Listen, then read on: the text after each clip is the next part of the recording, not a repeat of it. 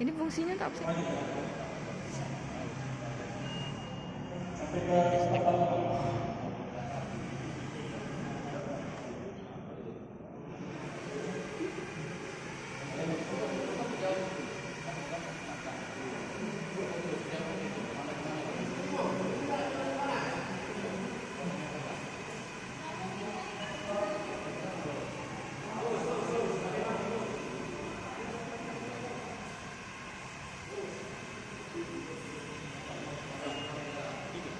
Untuk menggantikan fungsi dari perawat, perawat yang ada di rumah sakit.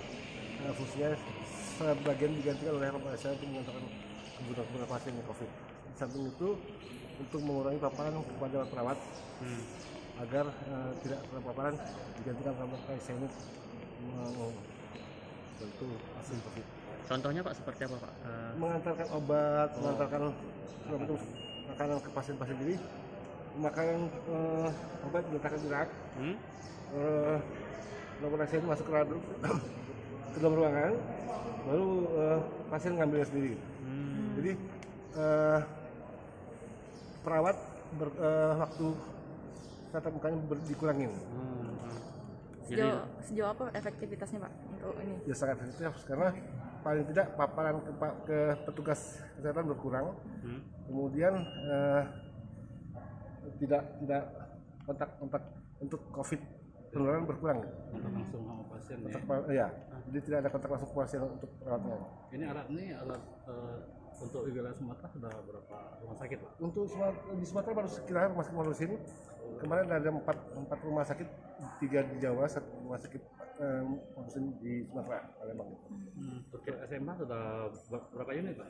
Baru 1 ini baru dari ITS sebenarnya. Baru 1 untuk Malusin dan 1-nya di Sumatera. Kira-kira kapan Pak bisa mulai dipergunakan Pak? Secepatnya akan kita coba gunakan, tapi paling tidak operator di ruangan yang kami ini kita latih dulu agar bisa untuk menggunakan dan akan segera kita gunakan. Cukup Pak? Ya. Apa yang Ayo, pertanyaannya apa dulu ya? bisa dijelaskan Pak, untuk uji coba hari ini kita apa yang diuji coba?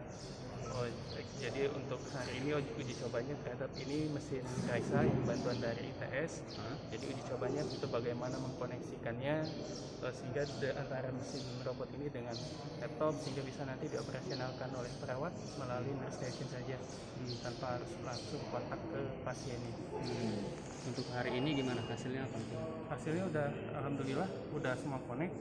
Jadi dari uji coba bagus berfungsi. Nanti kita untuk diimplementasikan di ruang rawatnya langsung. Ya, ini kan ada operator Pak ya. Nanti ada operator khusus ya dari kita. Operatornya nanti bisa karena ini seperti sudah ada dilengkapi dengan joysticknya, jadi perawat di ruangan pun sudah bisa menggunakannya. Oh, ada radius ininya nggak Pak? Radius jangkaunya Pak? Ya, jangkauannya. Jangkauannya lebih kurang dengan wifi dengan wifi lebih kurang jaraknya berapa meter? 10 meter mungkin lebih kurang ya, lebih kurang 10 meter. Dan antara Operator dengan robot ini nanti bisa menyangkau. Nanti untuk realnya tadi kita udah cobakan sampai berapa maksimalnya sih kita nanti dicobakan di. Oh, nanti dimaksimalkan lagi Pak ya. Iya. Kalaupun masih belum bisa nanti ada teknis lainnya kita tambahin wifi lagi sehingga jarak jangkaunya bisa lebih jauh lagi. Oh, jadi memanfaatkan wifi bukan Bluetooth Pak? Iya, sesuai dengan spesifikasinya info dari pihak ITS itu bisa sampai ke selagi koneksi wifi-nya terus nyambung dia sampai lantai 3 pun bisa. Ada batas maksimal kerjanya Pak untuk robot Raisa? Jadi tenaganya itu menggunakan baterai. Kalau dari produk ini menyampaikan lebih kurang 8 jam bisa digunakan tanpa dicas. Mungkin setelah Tanpa dicas? bisa dicas Bisa. lagi gitu. Untuk dicasnya berapa lama? Untuk casnya nanti kita coba cek lagi dulu di manual. Karena tadi baru bukan berapa jam dia tahan bisa tanpa dicas untuk operasional. Selanjutnya nanti kita uji coba apa nih? Dari sisi mana ya? Nah, nanti ini akan ditempatkan di pelayanan, rencananya sih di ruang organ. Kalau saat ini sudah selesai uji cobanya, nanti tinggal diimplementasikan. Ini baru sampai ya Pak? Baru sampai di Palembang ya Pak? Ya, jadi ini robot Raisa bantuan dari Institut Teknologi Surabaya untuk Rumah Sakit Muhammad Husin Palembang yang didedikasikan untuk perawatan pasien-pasien isolasi COVID-19. Dengan adanya Robot Raisa ini, kontak antara tenaga kesehatan atau perawat atau dokter dengan pasien dapat diminimalkan, termasuk untuk penunjang, misalkan mengantarkan makanan, mengantarkan obat dan sebagainya dapat diminimalkan. Artinya tetap masih ada kontak antara dokter atau perawat dengan pasien apabila ada tindakan-tindakan yang langsung dilakukan kepada pasien tersebut, misalkan pemasangan infus dan sebagainya, suntik dan sebagainya tetap masih bisa dilakukan.